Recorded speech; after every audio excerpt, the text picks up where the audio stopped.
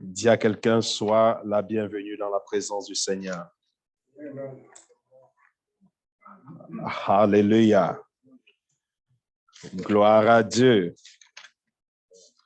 Alors, bien-aimés, ce soir,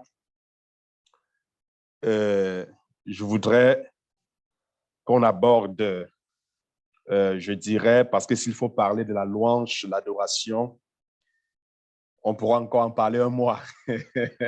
Amen. Donc, je vais donner le dernier chapitre. Amen. Ce soir, pas ce matin. Amen. Donc, ce soir, en fait, je voudrais qu'on puisse parler, qu'on puisse voir le sens prophétique de la louange. Le sens prophétique de la louange. Est-ce que quelqu'un peut dire le sens prophétique de la louange? Alors, baisse la tête et demande au Saint-Esprit de te parler. La Bible dit qu'il est le meilleur enseignant.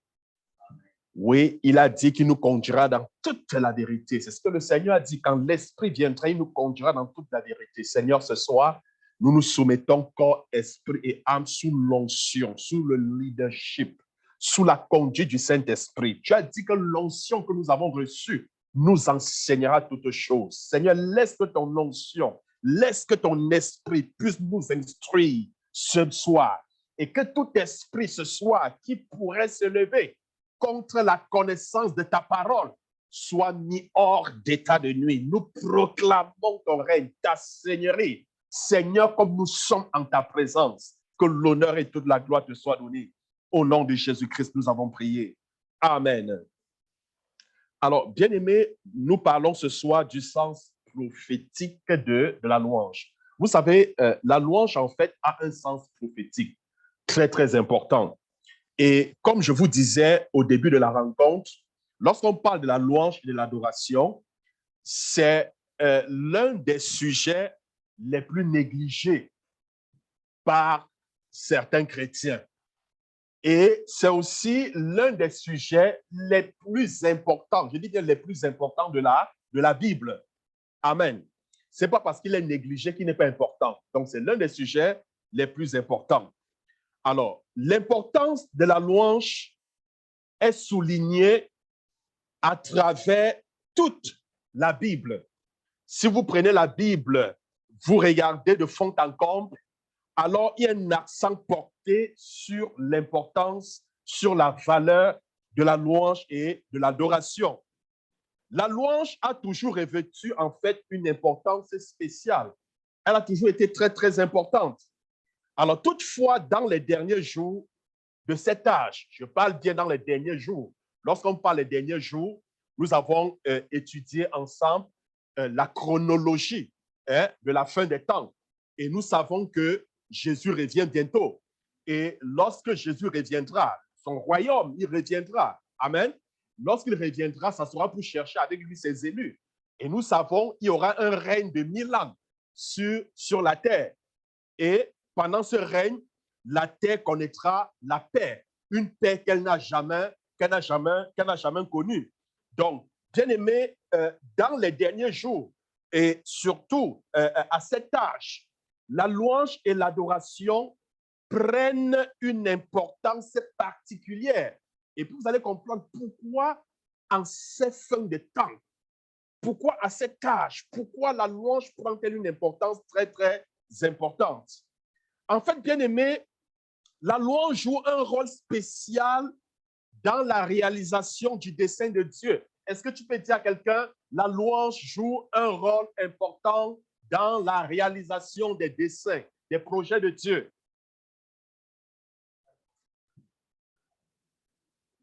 Alors, certainement, vous vous posez la question, comment la louange peut-elle jouer un rôle important dans la planification, dans la réalisation, je vais dire, des desseins, des plans de Dieu? Comment est-ce que la louange peut aider la réalisation des desseins de Dieu? Amen. Certainement, vous vous posez cette question. Alors, bien aimé, la louange est importante dans la réalisation des desseins de Dieu. En fait, c'est pourquoi Dieu rétablit la louange à son peuple aujourd'hui. Il rétablit la louange. Il rétablit la louange. Donc, nous avançons rapidement vers le règne manifeste de Christ sur la terre. Nous savons que Christ s'en vient. Bientôt, il reviendra.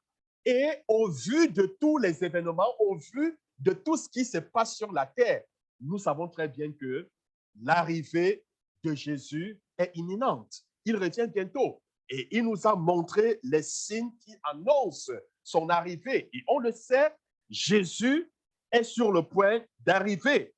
L'une bien-aimée des grandes caractéristiques de cet âge sera la louange et l'adoration. L'une des caractéristiques importantes de cette époque, c'est-à-dire l'époque que nous vivons, c'est la louange et c'est l'adoration.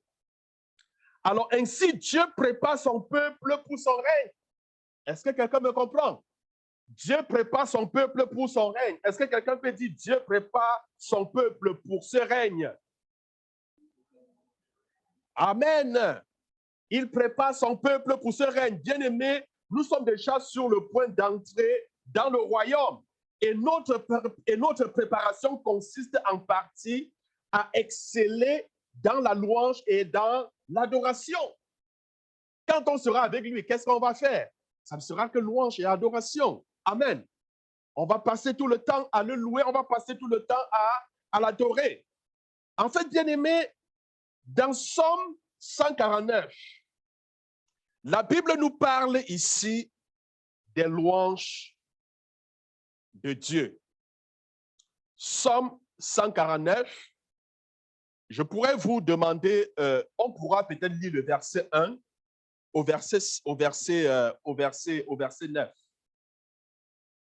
Alors, la Bible dit, louez l'Éternel, chantez à l'Éternel un chant nouveau, chantez ses louanges dans l'assemblée des fidèles, qu'Israël se réjouisse en celui qui l'a créé, que les fils de Sion soient dans l'allégresse à cause de leur roi, qu'ils louent son nom avec des danses, qu'ils le célèbrent avec le tambourin et la harpe, car l'Éternel prend plaisir à son peuple.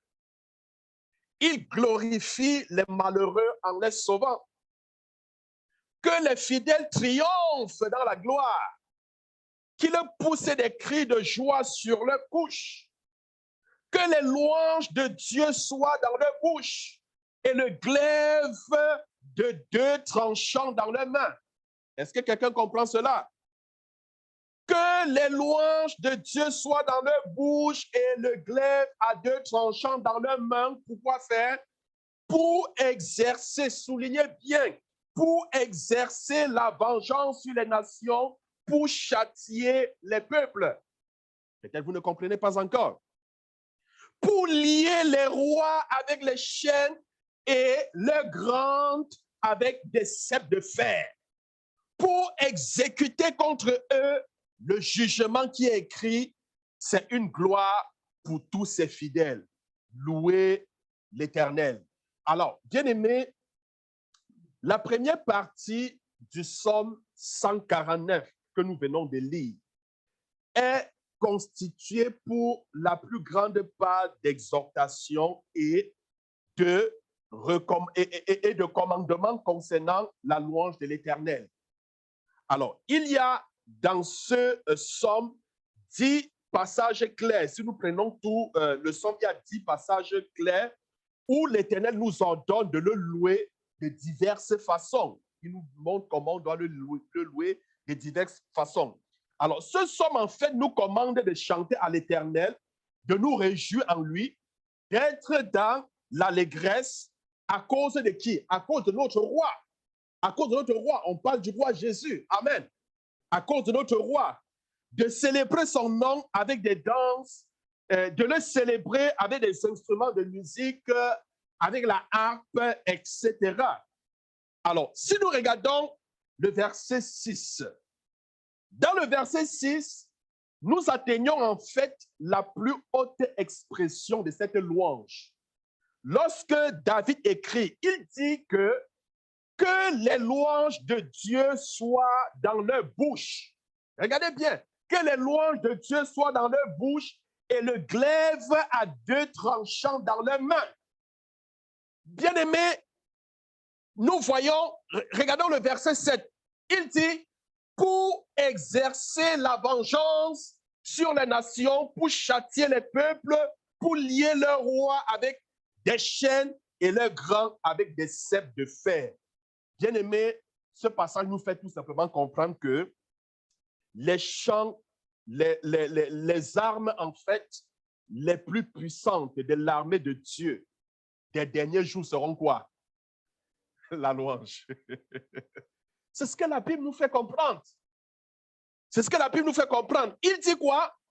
Il dit que les louanges de Dieu soient dans leur bouche et le glaive des deux tranchants dans leurs mains pour exercer quoi?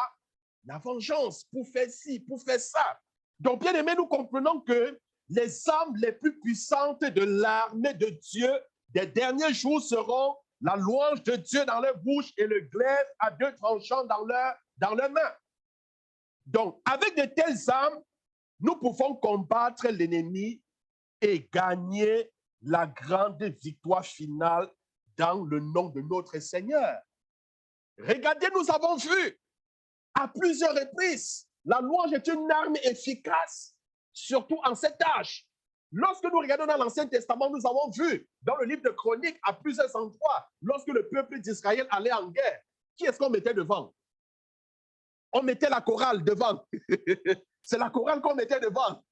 Hein? C'est la chorale qu'on mettait au front de la bataille. C'est la chorale. Et qu'est-ce qu'ils avaient pour arme? C'était la louange. Ils chantaient à Dieu, ils célébraient. Et pendant qu'ils chantaient, pendant qu'ils célébraient, pendant qu'ils louaient Dieu, qu'est-ce qui se passait? Les anges de Dieu combattaient pour Israël. Est-ce que quelqu'un me comprend? La louange est une arme efficace, redoutable, bien-aimé. Lorsque Paul et Silas étaient en prison, quelle est l'arme qu'ils ont utilisée? C'était la louange. Ils se sont mis à louer, ils se sont mis à célébrer le nom de l'Éternel. Bien-aimés, avec de telles armes, nous pouvons combattre l'ennemi et gagner la grande victoire finale dans le nom de notre Dieu. Je vais vous dire ce soir que Dieu cherche à nous enseigner beaucoup de choses concernant la louange. Amen. Est-ce que tu peux dire à quelqu'un, Dieu cherche à t'enseigner beaucoup de choses concernant la louange? Il nous conduit, bien-aimés, il nous guide de vérité en vérité, cherchant constamment à purifier toujours plus nos louanges, jusqu'à ce que nous puissions finalement entrer dans les hautes louanges de Dieu. Il veut nous emmener dans des hautes sphères de la louange. Il voudrait qu'on arrive, n'est-ce pas, à un stade de louange la plus haute, qui est l'adoration. Est-ce que quelqu'un me comprend? Bien-aimé, Dieu cherche à nous faire mieux comprendre la louange. Dieu cherche, bien-aimé, à purifier nos motifs dans la louange. Quels sont tes motifs lorsque tu loues Dieu? Dieu cherche à purifier nos motifs dans la louange. Bien-aimé, Dieu cherche à raffiner nos expressions de louange. Dieu cherche, bien-aimé, à établir son trône au milieu de ses louanges. Est-ce que quelqu'un me comprend? Il cherche à établir quoi? Son trône au milieu de ses louanges. La Bible dit dans Somme 22, verset 4. Somme 22, verset 4. La Bible dit, pourtant tu es le Saint. Tu sièges au milieu des louanges d'Israël. Tu sièges. Tu règnes. Alléluia. Bien-aimé, là où il y a la louange, Dieu règne. Est-ce que quelqu'un peut dire Amen? Oui, Dieu règne, Dieu domine. Là où il y a la louange, là où il y a la louange, il domine, il règne. Bien-aimé, mais là où Dieu règne, l'ennemi ne peut régner. Est-ce que quelqu'un me comprend? Là où Dieu règne, l'ennemi ne peut régner. Dieu, c'est la lumière. L'ennemi, c'est l'obscurité. Là où il y a la lumière, l'obscurité s'en va. Bien-aimé, quand tu loues, tu appelles la lumière de Dieu, tu appelles la gloire de Dieu, tu appelles le règne de Dieu, parce qu'il siège au milieu de la louange. Je n'ai pas compris Amen, bien-aimé. Non, ton Amen, il est trop léger, je ne comprends pas. Gloire à Dieu. Donc, bien-aimé, Dieu cherche à manifester son autorité par le moyen de ses louanges. Est-ce que quelqu'un me comprend? Dieu cherche à manifester son autorité par le moyen de ses louanges. Est-ce que tu peux dire à quelqu'un, Dieu cherche à manifester son autorité par le moyen de ses louanges? Est-ce que quelqu'un me comprend ce soir? Alors, si nous regardons le verset 8 de Somme 149, verset 8 de Somme 149, la Bible dit quoi? La Bible dit, c'est-à-dire quand nous revenons au verset 6, il dit que les louanges de Dieu soient dans vos bouches. Hein? Pour faire quoi? Pour exercer la vengeance sur les nations, pour châtier les peuples, pour lier le roi avec des chaînes et le grand avec des cèpes de fer. Bien-aimé, dans le Somme 149, le verset 8 que je viens de lire, Dieu nous dit ce qu'il accomplira lorsque nous commencerons à l'adorer avec des hautes louanges. Lorsque tu vas commencer à adorer Dieu avec des hautes quoi? Des hautes louanges, qu'est-ce qu'il va faire? Il va lier les rois avec les chaînes et leurs grands avec des cèpes de fer. Est-ce que quelqu'un me comprend? Alors, ce passage, je veux juste apporter une précision. Ce passage ne se rapporte pas à des autorités humaines. Quand on parle des rois, ce ne sont pas des autorités humaines. Est-ce que quelqu'un me comprend? Alors, ce passage fait plutôt référence aux dominations. Je parle bien aux dominations qui exercent l'autorité spirituelle sur les nations païennes. Est-ce que quelqu'un me comprend? Donc, en réponse aux hautes louanges de son peuple, qu'est-ce que Dieu va faire? Dieu va lier ces dominations sataniques. Bien-aimé, quand tu loues Dieu dans ta maison, quand tu loues Dieu dans ta famille, qu'est-ce qui se passe? Dieu lie ces dominations. Dieu enchaîne ces dominations qui empêchent la connaissance de la parole de Dieu dans ta famille, qui empêchent la connaissance de la parole de Dieu dans ta vie, autour de toi. Donc, il est important de louer Dieu en tout temps. Est-ce que quelqu'un me comprend ce soir? Bien-aimé, la Bible dit que l'Éternel libérera en fait les peuples que cette domination retenait prisonniers, afin qu'ils puissent recevoir les bénédictions de l'évangile du royaume.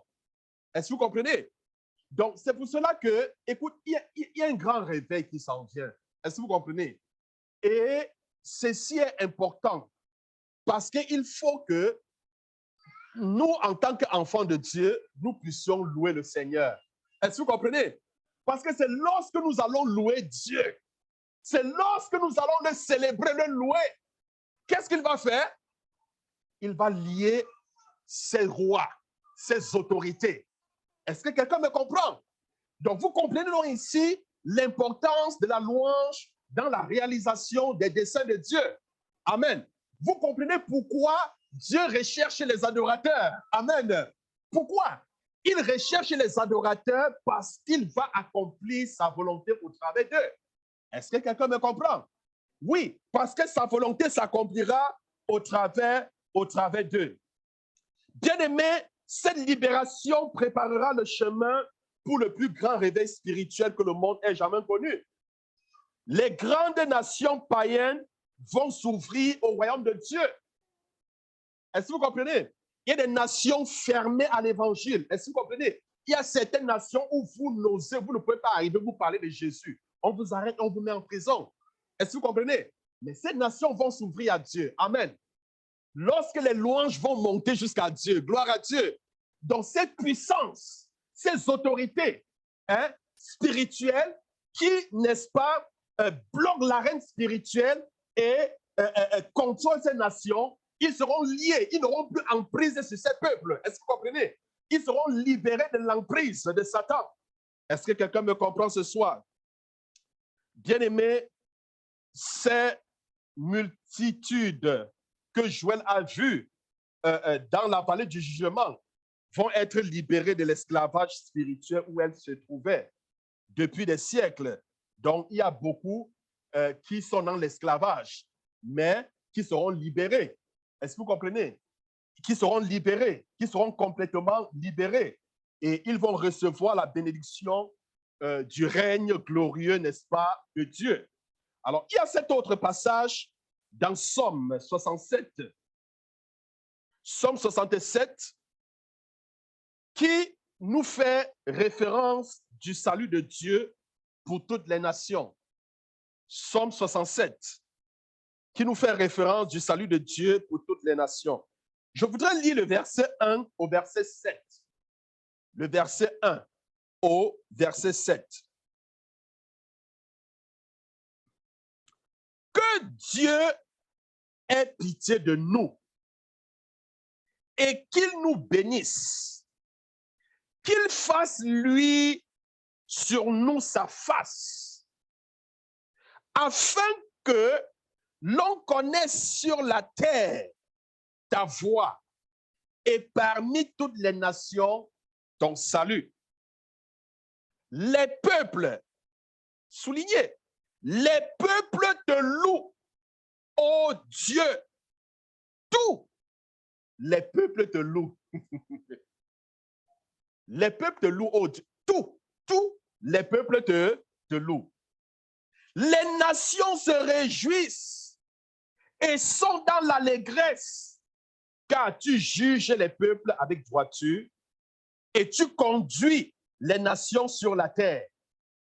Les peuples te louent, ô Dieu, tous les peuples te louent.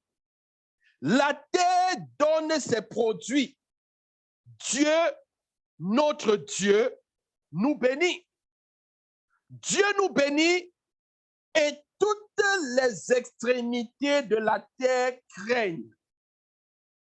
Citez, toutes les extrémités de la terre le craignent. Amen. Alors, bien-aimés, ce psaume prophétique commence avec un cri. Hein? Commence avec un cri. Le psalmiste implore, quand vous regardez le premier verset, il implore la miséricorde et les bénédictions de Dieu pour toutes les nations. C'est ce qu'il dit au verset 1. Que Dieu ait pitié de nous et qu'il nous bénisse. Qu'il fasse, lui, sur nous sa face. Donc, il commence d'abord à implorer la miséricorde et la bénédiction de Dieu pour toutes les nations. Et David termine en prophétisant que Dieu nous bénira et que la terre donnera ses produits et que toutes les extrémités de la terre vont le craindre. Est-ce que vous comprenez? Il donne une prophétie, c'est ce qu'il dit. Alors, le facteur qui libère de telles bénédictions sur la terre, c'est quoi? Qu'est-ce qui libère? C'est la louange. Est-ce que quelqu'un comprend ce que je dis ce soir? Écoutez bien. David, au travers de cette prophétie, c'est-à-dire le premier verset, il pousse un cri, il implore la miséricorde et la bénédiction de Dieu pour toutes les nations, pour toutes les nations, toutes les nations, toutes les nations. Alors, il termine en prophétisant que Dieu nous bénira et que la terre donnera ses produits et que toutes les extrémités de la terre vont les craindre. Et puis nous nous posons la question, mais quel est le facteur qui libère de telles bénédictions sur la terre? Mais bien évidemment, bien aimé, c'est la louange que Dieu reçoit de son peuple qui produit ces bénédictions sur la terre. Nous pouvons le voir au verset 4 et au verset 5. Le verset 4 et au verset 5. Qu'est-ce qu'il dit? Il dit, les peuples te louent, ô Dieu. Tous les peuples te louent. Les peuples te louent. Tous les peuples te louent. Les nations se réjouissent et sont dans l'allégresse. Car tu juges les peuples avec droiture et tu conduis les nations de la terre. Est-ce que vous comprenez? Donc, parce que les peuples louent Dieu, qu'est-ce qui se passe? Mais Dieu les bénit. Est-ce que quelqu'un me comprend? Dieu les bénit. Alors, je vous ai parlé du cycle hydrologique. Amen. Le cycle hydrologique, en fait, c'est un phénomène naturel qui s'applique aussi spirituellement. Amen. Qu'est-ce qui se passe? La chaleur, le soleil produit de la chaleur qui va dans les océans. Ça crée ce qu'on appelle l'évaporisation. L'eau des océans, des fleuves, des rivières s'évapore. Et puis, qu'est-ce qu'elles font? Elles vont dans le ciel, elles se condensent, elles forment des nuages. Amen. Elles forment des nuages. Et lorsqu'elles sont condensées, elles sont relâchées sous forme de pluie. C'est la même chose lorsque nous offrons à Dieu des louanges. Alléluia. Ces louanges montent et Dieu les transforme en bénédiction. Amen. Et il les répand sur nous. Est-ce que quelqu'un peut dire Amen ce soir? Donc, bien aimé, je voudrais aussi attirer notre attention. Je voudrais qu'on remarque la progression de la louange. La progression de la louange au travers de ces versets. Alors, qu'est-ce qu'il dit? Il dit, les peuples te louent, ô Dieu. Les peuples te louent, ô Dieu. Mais c'est le peuple de Dieu qui le loue. Est-ce que quelqu'un me comprend? C'est le peuple de Dieu qui fait comment? Qui le loue. Mais en fait, ce sont les rachetés, ceux-là qui sont rachetés, qui louent Dieu. Ils seront en fait des leaders d'une armée d'adorateurs. Amen. Ils seront ceux qui louent Dieu, ceux qui l'adorent seront des leaders, n'est-ce pas, de l'armée d'adorateurs de Dieu. Et Dieu, justement, veut se faire une armée. Est-ce que vous comprenez? Cette armée est constituée de qui? Des adorateurs. Des adorateurs. Des adorateurs. Il recherche les adorateurs. Il engage les gens dans l'armée. Et ces gens qui sont engagés, ce sont des adorateurs. Est-ce que quelqu'un me comprend? Parce qu'il y a une bataille à mener. Est-ce que quelqu'un me comprend? Et cette bataille est menée par des adorateurs.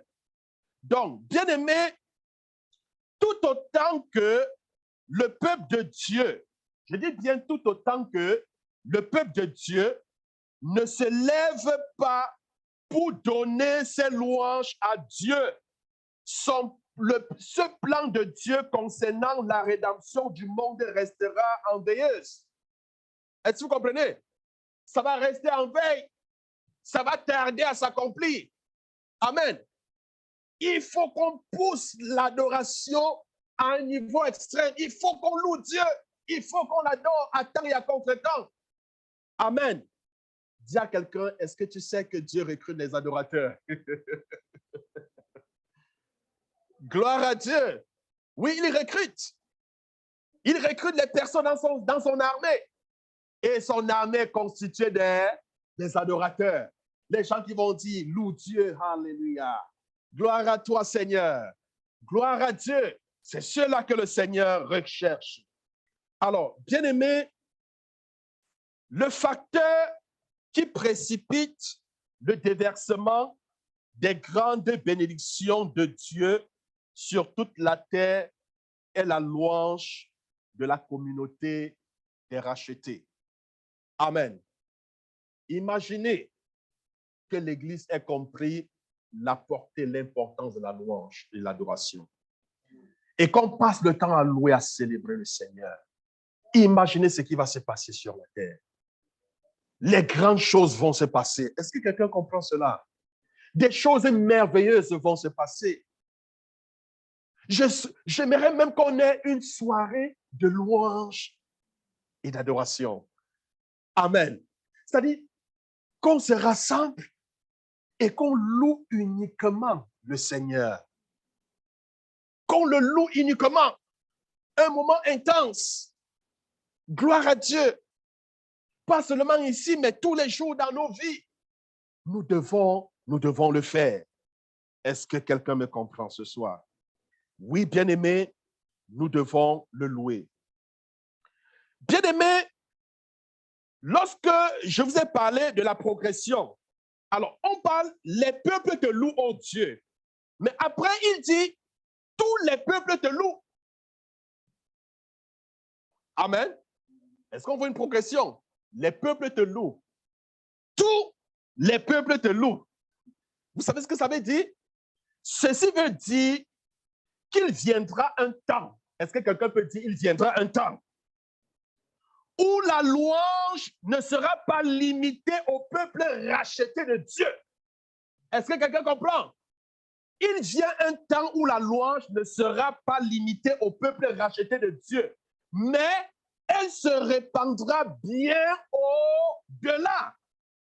Même les irrégénérés, ceux-là qui ne sont pas passés par le processus de la nouvelle naissance, est-ce que vous comprenez? Ils commenceront à reconnaître Jéhovah. Ils commenceront à reconnaître Dieu comme le seul vrai Dieu et le seul digne de louange et de l'adoration. Un moment viendra, ils vont le reconnaître.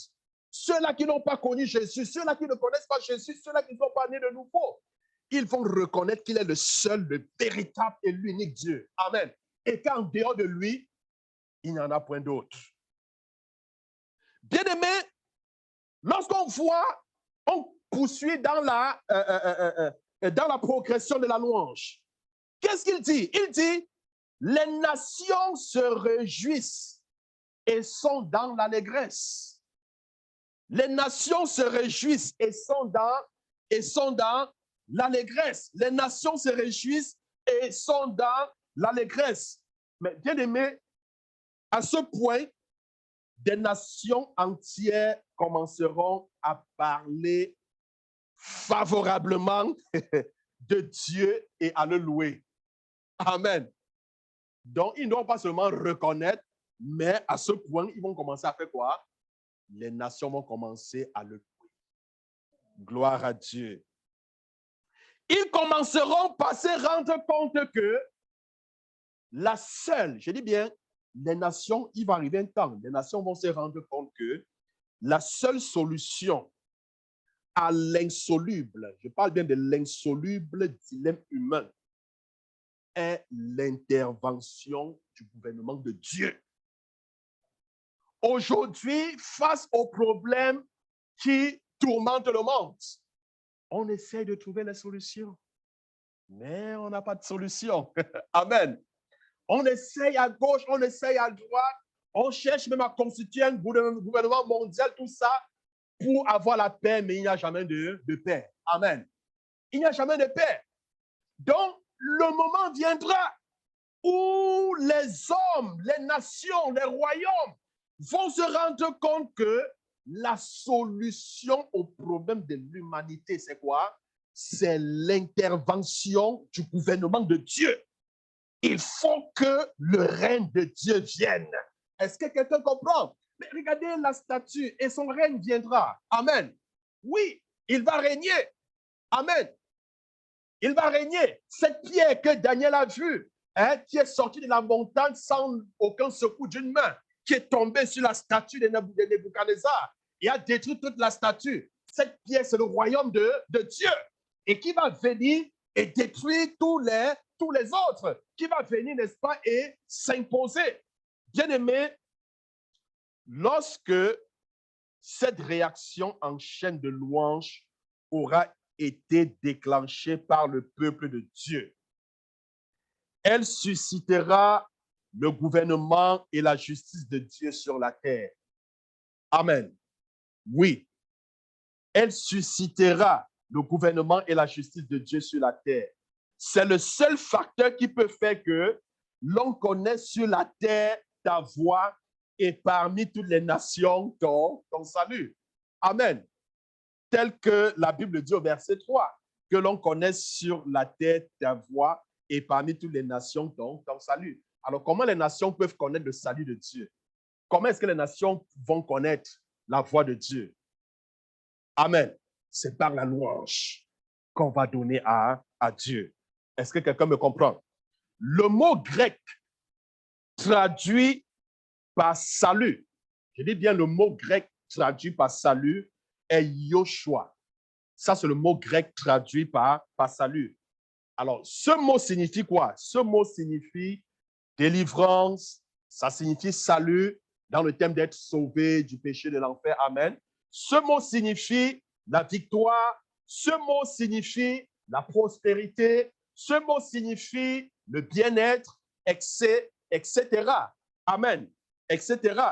Alors, lorsque la Bible dit au verset 3 du psaume que nous avons lu, du psaume 67, hein, la Bible dit et que l'on connaisse sur la terre ta voix et parmi toutes les nations ton salut. Nous avons dit c'est par la louange. Donc nous comprenons donc que toutes les bénédictions reposent en une seule personne. Son nom c'est qui? C'est Jésus. Son nom c'est Jésus. Il est la seule réponse aux multiples dilemmes du monde. Il est la solution à tout problème. Amen. Mais il est même la solution du monde avant que le monde n'existe. Amen. Il est la solution de nos souffrances, de nos épreuves. Il est la clé, il est la clé, il est la porte de sortie au problème de l'humanité. Il est la porte de sortie à la souffrance de l'humanité. Bien-aimé, c'est lui seul que nous attendons. Amen. Nous attendons son retour. Oui, son retour sera précipité comme nous entrons dans les hautes louanges de Dieu. Il a dit qu'il revient bientôt, mais la Bible dit nul ne connaît ni le jour ni l'heure. Mais je peux vous rassurer, parce que la Bible nous fait comprendre cela. Amen. Son retour sera précipité si nous entrons dans quoi? Dans les hautes sphères de la louange. Amen. Dans les hautes sphères de la louange. C'est très important, bien-aimé. Par la louange, nous avons la libération, nous avons la délivrance. Par la louange, le royaume de Dieu est établi. Par la louange, Dieu règne au milieu de nous. Bien-aimés, louons le Seigneur. Alors, je voudrais prendre un autre passage pour pouvoir chuter dans Psaume 72. Alors, dans Psaume 72, ce passage nous décrit en fait le règne de Jésus. Hein? Le règne de Jésus. Ce passage décrit le règne de Jésus. Donc, bien aimé, ce psaume donc est un psaume, je dirais, c'est un psaume messianique, prophétique, glorieux. Hein? Un psaume quoi? Messianique, prophétique, glorieux, qui souligne en fait, plusieurs aspects du royaume futur de notre Messie. Hein? Donc, si vous lisez ce psaume à partir du premier verset jusqu'à la fin, vous allez vous rendre compte que elle souligne plusieurs aspects glorieux, hein, du futur royaume de Christ. Comment est-ce que le royaume sera, etc. Hein? Ça décrit plusieurs choses concernant le futur royaume de Christ. Alors, ce psaume donc est rempli, bien aimé, de déclarations merveilleuses concernant donc le royaume. Toutefois, nous n'en mentionnerons que deux qui se rapportent à notre sujet. On ne doit pas ressortir tout ce qui se rapporte au futur royaume de Christ, mais on va juste ressortir deux points dans ce psaume qui fait référence, n'est-ce pas, à notre sujet, c'est-à-dire de la louange et de l'adoration. Alors, si nous prenons donc dans Psaume 72, le verset 15b, Psaume 72, le verset 15b, alors la Bible dit quoi? La Bible dit, ils te béniront chaque jour. Amen. Ils te béniront chaque jour. Il s'est mis pour qui?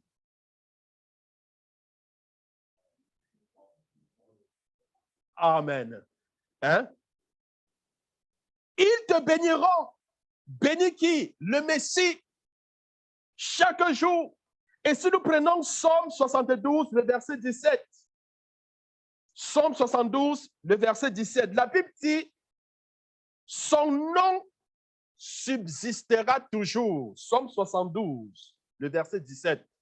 Son nom subsistera toujours. Aussi longtemps que le soleil, son nom se perpétuera. Par lui, on se bénira mutuellement et toutes les nations le diront heureux. Amen. Toutes les nations le diront heureux. Bien-aimés, je voudrais qu'on comprenne que l'une des caractéristiques intégrales du règne éternel, du règne de Christ sur la terre sera la louange et l'adoration. Amen. Ça, c'est l'une des caractéristiques importantes. La Bible dit que si l'on prend Ésaïe chapitre 2, Ésaïe chapitre 2, le verset 2 au verset 3. Je vais lire ces versets pour chuter. Ésaïe chapitre 2, verset 2 au verset 3. Alors, lorsque Jésus viendra, on est en train de parler du règne de Jésus sur la terre, d'accord? La Bible dit, il arrivera dans la suite des temps. Il arrivera dans la suite des temps que la montagne de la maison de l'Éternel sera fondée sur le sommet des montagnes, qu'elle s'élèvera par-dessus les collines et que toutes les nations y afflueront. Des peuples s'y rendront en foule et diront, venons et montons à la maison de l'Éternel, à la maison du Dieu de Jacob, afin qu'il nous enseigne ses voies et que nous marchions dans ses sentiers, car de Sion sortira la loi et de Jérusalem la parole de l'Éternel. Bien-aimés, la maison de l'Éternel sera établie sur le sommet des montagnes. Et la Bible dit, toutes les nations viendront pour que le Seigneur leur enseigne ses voies. Amen. Toutes les nations viendront pour que le Seigneur les enseigne ses voies. Et toutes les nations je vais dire, qui refusent ou négligent de se rendre à la montagne de l'Éternel afin de l'adorer, qu'est-ce qui va se passer? Ils verront tout simplement leur terre privée de pluie. Amen. Dans Zacharie, chapitre 14, verset 17, Zacharie, chapitre 14, verset 17, la Bible dit, s'il y a des familles de la terre qui ne montent pas à Jérusalem pour se prosterner devant le roi, l'Éternel des armées, la pluie ne tombera pas sur elle. La pluie ne tombera pas sur elle. Bien-aimés, en ce jour, lorsque le Seigneur reviendra, lorsqu'il va régner, amen. Bien-aimés, le mot d'ordre, vous le connaissez? Le mot d'ordre sera sainteté à l'Éternel. Dans Zacharie chapitre 14, le verset 20, Zacharie 14, verset 20, la Bible dit, en ce jour-là, il sera écrit sur les clochettes des chevaux, sainteté à l'Éternel. Et les chaudiers dans les maisons de l'Éternel seront comme les coupes devant l'Éternel. Bien-aimés, en ce jour, bien-aimés, en ce jour, comme la Bible le dit, le mot d'ordre sera sainteté à l'Éternel. Alors, bien-aimés, pour clôturer, dans Jean 4, le verset 23 au verset 24, Jean chapitre 4, le verset 23 au verset 24. Mais l'heure vient et elle est déjà venue, où les vrais adorateurs adoreront le Père en esprit et en vérité, car ce sont là les adorateurs que le Père demande.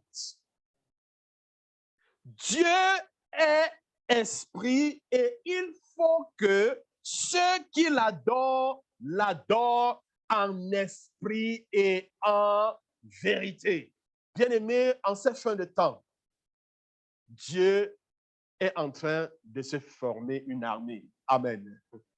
Une armée des combattants, une armée des généraux, des capitaines, des colonels. Amen. Des généraux dans la louange, capitaines dans la louange et dans l'adoration. Amen.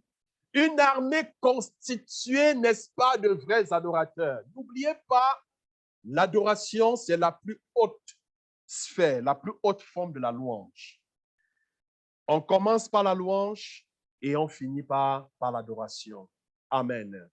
Oui, bien-aimé, Dieu veut t'amener dans cette sphère.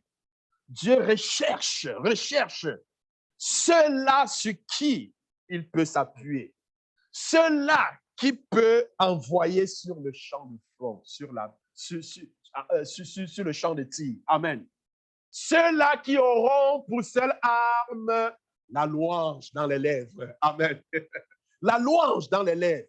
Dieu recherche ceux-là qui vont le louer à tout moment, qui doivent avoir une louange continuelle. On doit le louer en tout temps, en toutes circonstances. Pendant les moments difficiles comme pendant les moments de joie. On ne le loue pas seulement pendant les moments de joie, même pendant les moments difficiles. Offrons à Dieu des sacrifices de louange.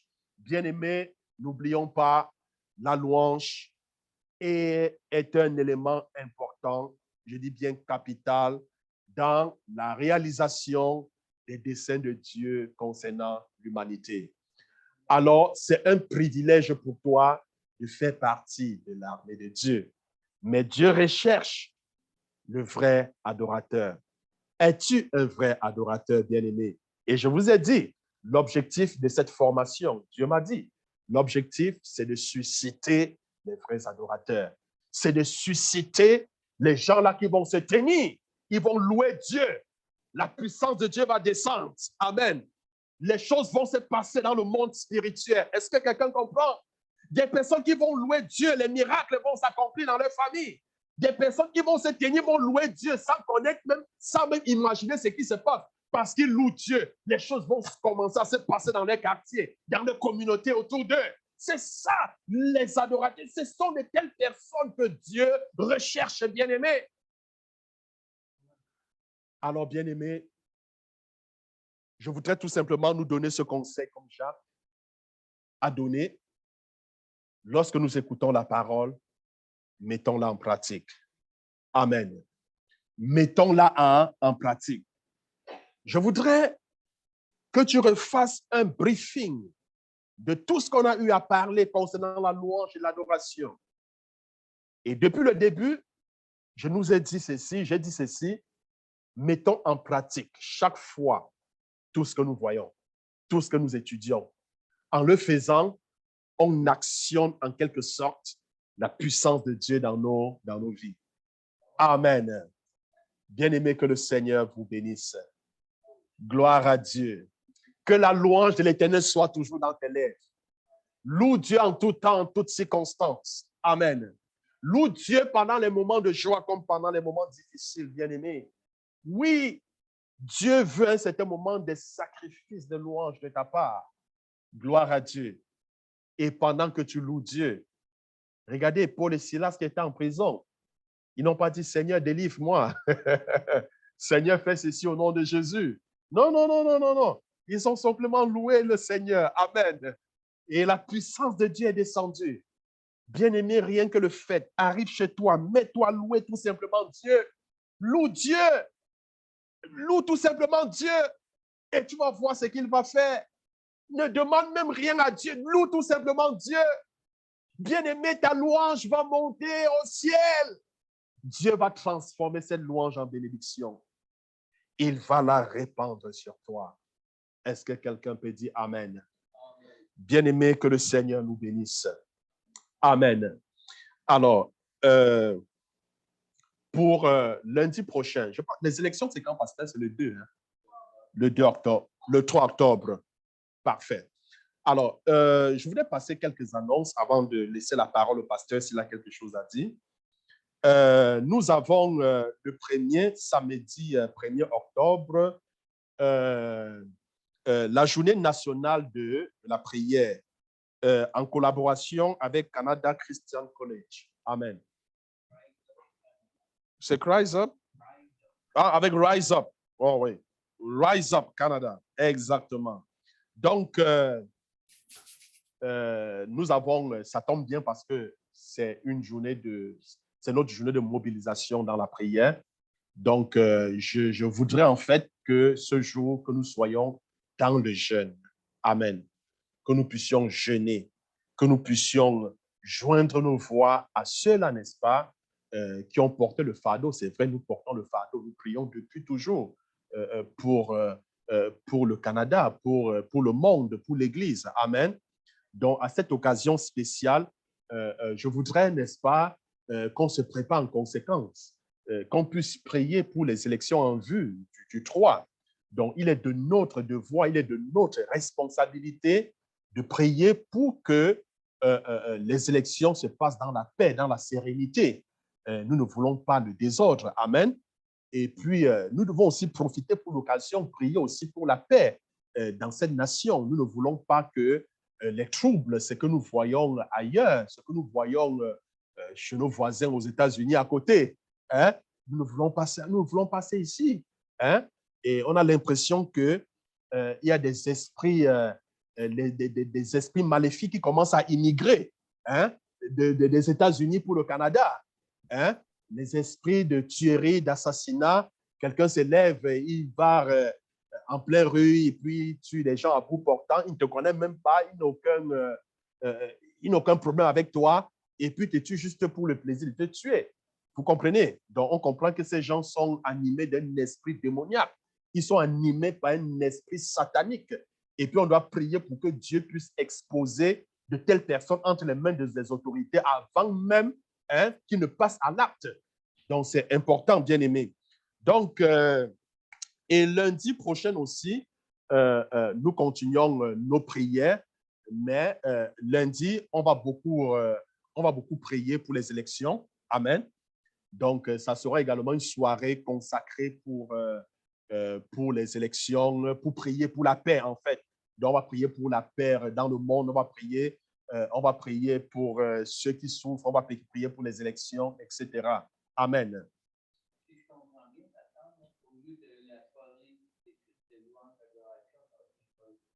Oui, parce que c'était mon dernier enseignement sur la louange, justement.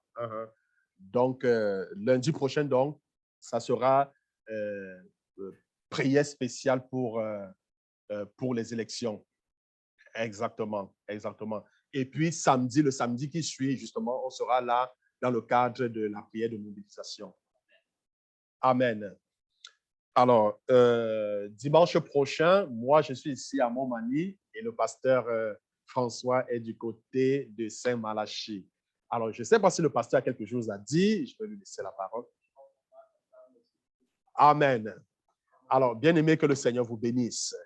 Amen. Donc, quand je regarde, je peux voir les adorateurs. Gloire à Dieu.